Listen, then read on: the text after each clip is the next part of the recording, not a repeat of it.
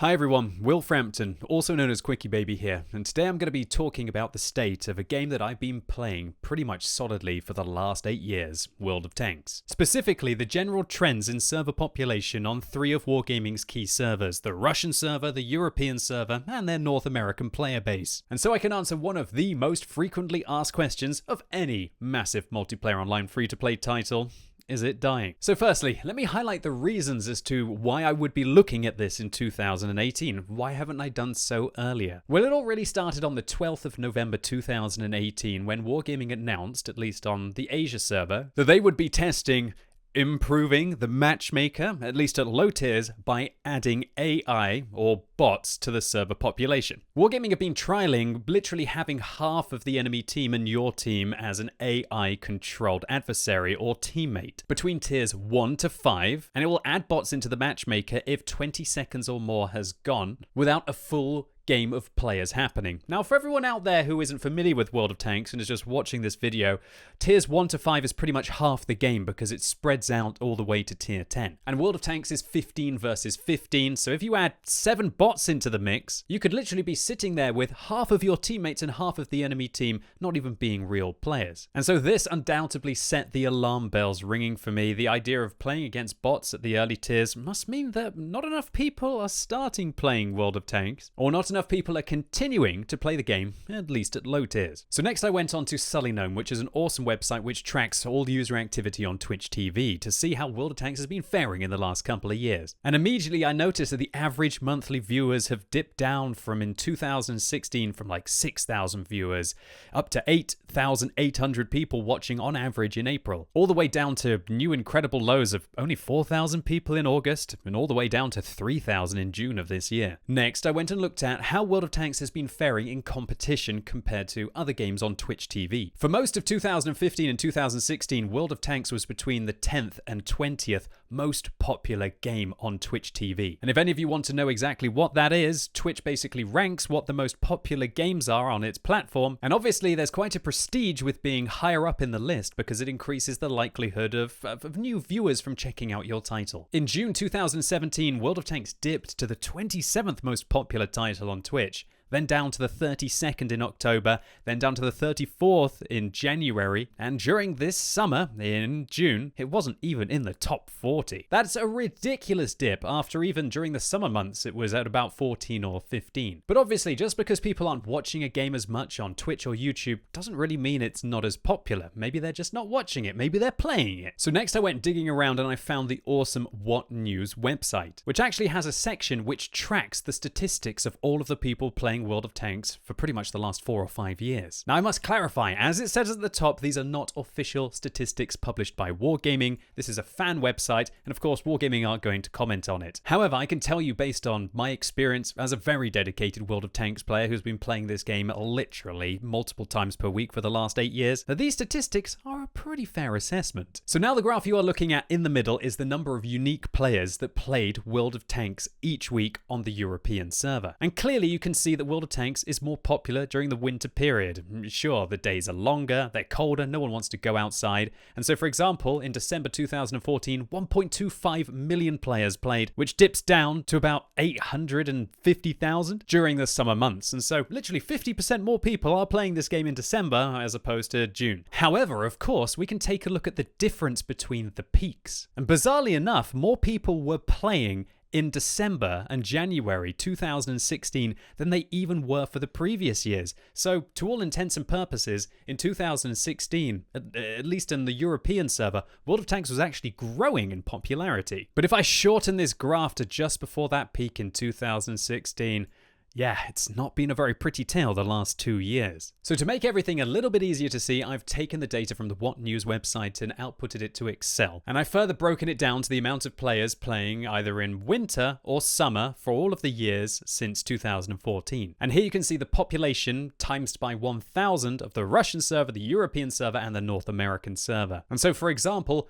4.3 million Russians were playing this game in winter 2014, 1.25 million Europeans, and 280,000 North Americans. Now, of course, these are just players that played on the individual server, so when I say the North American server, I'm pretty sure there were some people playing from South America there as well, and vice versa. For example, I know lots of South Africans play on the European server, and so keep that in mind when you're assessing the data. Alright, now, obviously, one of the best ways to compare this will be to look about the differences in the numbers of players playing from year to year. So, for example, let's compare Winter 2014 to Winter 2015, and for example, compare Summer 2016 to Summer 2017. And I've plotted these differences here. So, for example, if we look at the Russian server population, 4% less players were playing this game in Winter 2015 than they were in Winter 2014. However, we can see that in 2016, the server population pretty much stabilized with less than 0.5% less people playing it than the previous winter. And as I highlighted from the What News website, the European server population decreased a little bit from 2014 to 2015, but it actually increased between 2015 and 2016, but wow, it's lost about 20% of its player base since then. And interestingly enough, the Russian server, while it has decreased by about 10 to 12% year on year, the change hasn't been nearly so dramatic as it has been for Europe and North America. And so clearly, World of Tanks had pretty much a stable server population between 2014 and 2016, and something has clearly happened since then that has changed this. And considering these trends coincide quite strongly with what we saw on Sullynome with the amount of people watching World of Tanks on Twitch, and so yeah, it became quite clear to me that World of Tanks as a juggernaut that's just continuing to plow forwards with seeming immortality is just not the case. So now that we've established that, let's talk about why this decrease is most likely happening. So here I've got a graph taken from the What News website, specifically of the number of players playing on the European server each week. And I've decided to start my analysis from the winter of 2016 when World of Tanks was in full stride, or at least on the European server, showing significant signs of growth. So firstly, why the peak in 2016? Well, clearly it was because of the Swedish tech tree. So for all of the people out there who don't know about World of Tanks, the idea is that it's lots of different nations of tanks that fight against each other.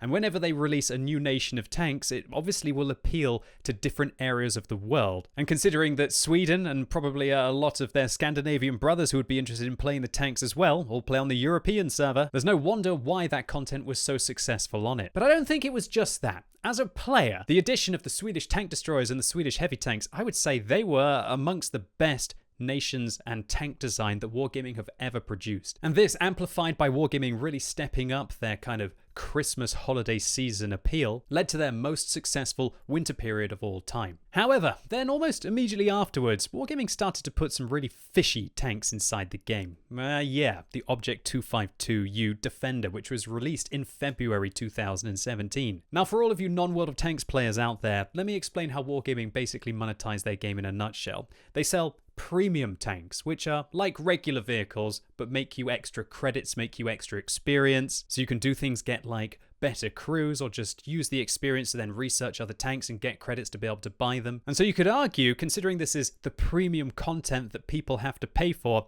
if Wargaming decide to make them better than other tanks, it encourages people to buy them, and arguably your game becomes more pay to win, right? Now, up until this point, Wargaming had pretty much released balanced premium tanks, outside of a few little examples, but the Defender was marketed in a completely different way. Very aggressive marketing, with a unique fancy paint job, and pretty much unanimously now worldwide considered to be an overpowered tank, which is a detriment to the gameplay. And the reason for it being overpowered is that its armor was just frankly too good, and bizarrely enough, and this almost makes me feel stupid for playing this game, there are actually premium rounds in the game that you can either purchase for gold or a large amount of credits, so literally real money to be able to fire these rounds, which then give you enough penetration to try and take on this seemingly overpowered vehicle that people have got their credit card out to purchase. But the Defender wasn't really the big thing, at least for me. Wargaming had this idea that because of people firing lots of gold rounds or premium rounds inside their game,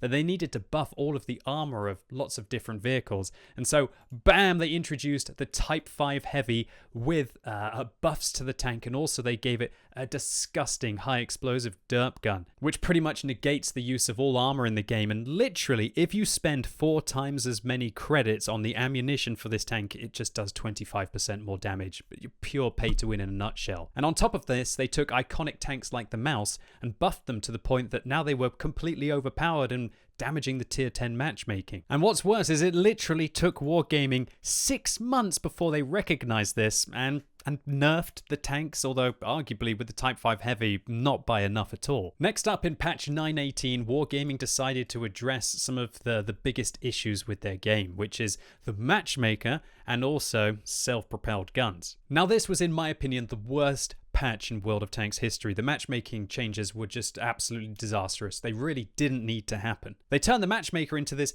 pyramid system where you had your top tier tanks, your mid tier tanks, and your bottom tier tanks in a 3-5-7 format. And so there were 3 really big dangerous tanks on the enemy team, 5 that were mid-tier, and then 7 at the bottom, which arguably if you were one of the top tier tanks you could just feast on. Now the problem with this is unless you're playing one of the tier 10 or the tier 9 tanks, you'd be constantly getting into +2 matchmaking, which is really the reason why people absolutely hate +2 matchmaking right now. Not because you can't put up with it every once in a while, but it's pretty much 60 to 80% of your games you're playing +2, and so it's just like, why do you even bother? It's so frustrating. In addition to this, Wargaming managed to make self-propelled guns even more annoying than they previously were. Previously they did a huge amount of damage to you, but then they changed it so they did a reasonable amount of damage to you more often because they made the splash radius bigger, and they also made it so that afterwards you get stunned as well. We hated artillery because they prevented us from being able to sit out in the open and frankly dominate some games. And these changes, at least for me, only exacerbated that problem. Next up, just a couple of months later in April 2017, Wargaming released a very controversial tank, the Chrysler. And not really controversial because the vehicle's overpowered, more so that it didn't have any frontal weak points, and so this led to a bunch of community contributors, and one in particular, of course, Sir Foch, that, let's say, definitely went a little bit ham at Wargaming, which was pretty much just 3 months of trying to make more and more and more armor in World of Tanks. Now, Wargaming reacted to this criticism in a very brash manner, and through a series of miscommunication issues, I don't know if it actually officially happened, but they threatened to copyright claim a YouTuber because they were having albeit a kind of non-constructive criticism. But still, you just can't stand for trying to stop somebody's freedom of speech. And the fact that Wargaming reacted defensively instead of constructively to clearly an outraged community really did not sit well with the community.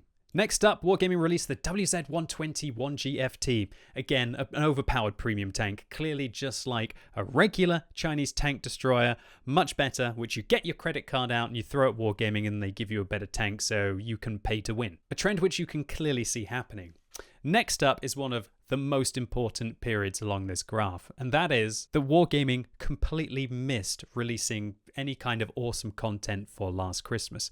The only thing they did well is, I can't believe I'm saying this, they gave us loot boxes that you paid for and you gambled to try and be able to get premium tanks. That was Wargaming's content, outside of some useless French heavy tanks that nobody really bothers to play, and a British tank destroyer that I think I very rarely see on the battlefield. But again, that British tank destroyer has incredible frontal armor that you pretty much need premium rounds to be able to go through. Usually there's always one thing you can depend on Wargaming to do at Christmas, and that is to release a new tech tree. In 2014, it was Japanese heavies. In 2015, it was Czechoslovakian nation added to the game. In 2016, arguably Wargaming's highlight, it was Swedish tank destroyers and also Swedish heavy tanks, a whole new nation, incredible stuff. And then 2017, nothing really. And this definitely affected the player numbers. Bam! Nearly 20% less people playing in winter 2017 than they had done in the previous year, which had actually grown by nearly 14%. It was such a bizarre thing, and it was very confusing to me up until recently, where I figured it out, but spoilers, I'm going to discuss that in just a second, after I talk about another disaster, the Object 268 version 4. Wargaming decided to put in a bunch of derpy, fast, very well armored Soviet tank destroyers that again required you pretty much to fire premium rounds if you wanted to be able to go through the tank frontally. Albeit they did nerf it, but again it pretty much took them half a year until June for them to do so. Now in March 2018 it became immediately apparent to me as to why the Christmas period had been a complete disaster for World of Tanks, and that was because they released probably one of, if not their best patch of all time, 1.0, a complete re-envisioning of the graphics and a lot of the physics of the game. And 1.0 was fantastic. It basically made it feel like a new game, at least for a few weeks or a month. And I have to admit, I was very surprised that the peak in April 2018 wasn't very much bigger. The server population pretty much went from about 830,000 up to 1 million. That's great, but it's not like a revolutionary success like they had in winter 2016. And considering that this content, I bet you took them a very, very, very long time to make. It arguably didn't really have much success because it was cosmetic changes. Sure, it made the game look like a AAA title, but considering all of the disastrous decisions that Wargaming had made over the previous year, just because something looks good doesn't mean it's going to be fun to play, and quickly people realized, yeah, you know what, it's the same old World of Tanks. 1.0 was clearly not meant to come out in April. It was obviously meant to be the Christmas content, but it got delayed by several months, missed the window, and therefore had barely any of the impact that it should have done. Next up, in August 2018, Wargaming introduced Polish vehicles into the game for the first time.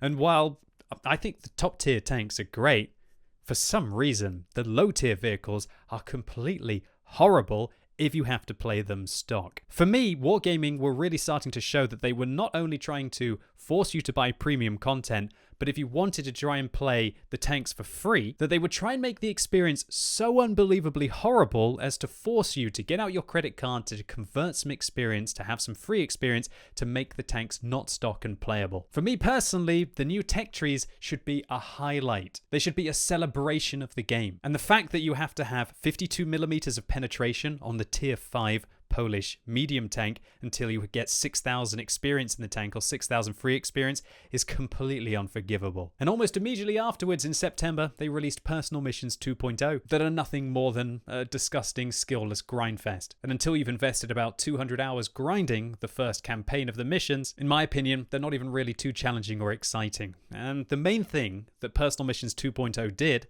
is it encouraged you, or shall I say, or forced you to have to grind through other tech trees to be able to progress. It's no longer enough to have your favorite tank destroyer, your favorite medium tank, your favorite heavy tank. You now have to have them from all different nations of different types to be able to do all of the different ridiculous requirements. And frankly, how they don't figure this out in the testing phase is just beyond me.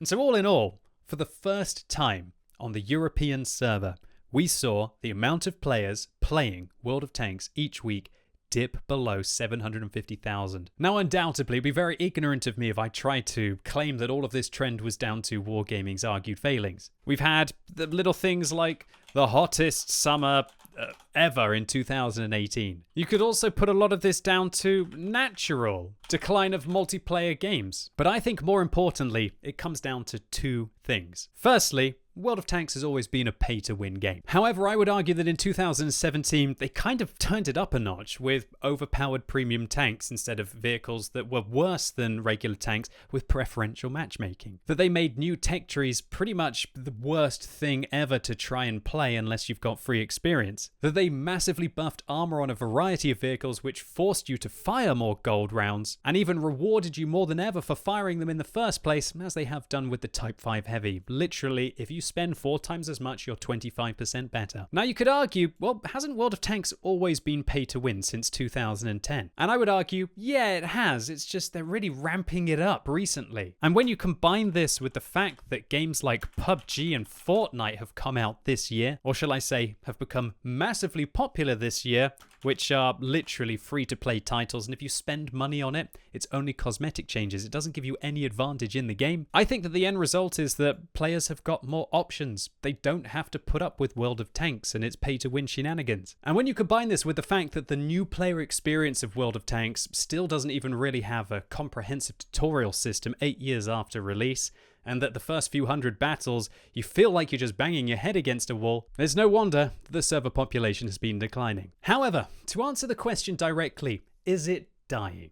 Well, I think that even if Wargaming kept up all of the ways that they've been demonstrating over the last 2 years, at least on the European server, you'd probably still be going for the next 3 to 5 years. But as the server decreases, obviously the queue times are going to get longer, something that'll be very painful on the North American server because they're already putting in bots to be able to alleviate those issues. And you should expect to see bots on not only the South American server, but the North American server, and possibly even some of the EU clusters as well. I'm not saying it's going to happen tomorrow, but 6 months, a year, 2 years, who knows? And I guess one of the real issues and one of the most frustrating things about being an English-speaking content creator is that we need to realize that, frankly, the English-speaking population of World of Tanks is less than 25%. That's right, if you combine the European and the North American server, we're only about 23% of the total population of World of Tanks players, with nearly 77% playing on the Russian servers. And so it's no wonder that a Belarusian company is going to cater to their largest market. One thing I'd like to mention is that I believe that the reason why the server population decrease has been much larger in North America and in Europe is that I think as Westerners, we have reacted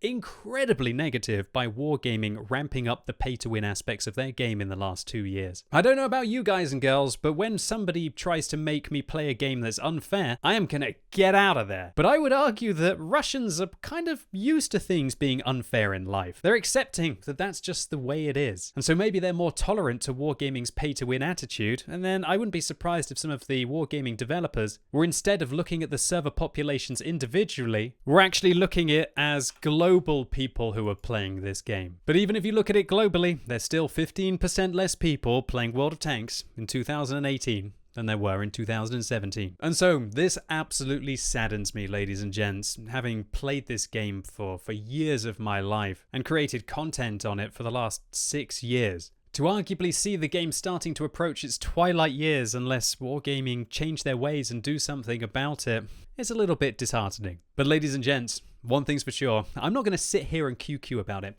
I'm going to follow up this video with exact feedback and what I would do to World of Tanks, not next year, but bloody tomorrow, to try and get it back on track. And well, look, ladies and gents, I'm not going to pretend like I have all of the solutions. Wargaming clearly have a lot smarter people than me who are developing this game, and they have a lot of reasons for doing all of the things that they do. Maybe I can try and provide some kind of outside perspective and expect a follow-up video ASAP with what I would do to fix World of Tanks. And so that's it. Whew, it was a long one. Congratulations to you if you made it towards the end of the video. If you did and you enjoyed it, give it a thumbs up. But if you hated this video, give it a thumbs down. And let me know in the comments what you think about everything I've had to say. There's a lot to talk about. I'm looking forward to seeing the comment section on this one.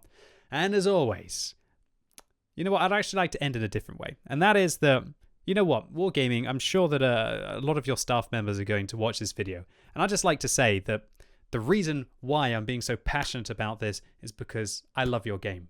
And I must say a massive thank you to everybody who has been involved and even the community in making this such a fun experience for me over the last 8 years. And if you're wondering why I've been critical of the game recently, it's because of this, ladies and gents. I'm not the one causing this. It's time to stand up, to be critical, to be constructive, because I know that we can get back to the winter of 2016. I want to be making this video again in 8 years' time and saying, 2018 QuickyBaby had no idea what he was talking about. Because you know what, for once, I'm gonna just for once, I don't want to be right.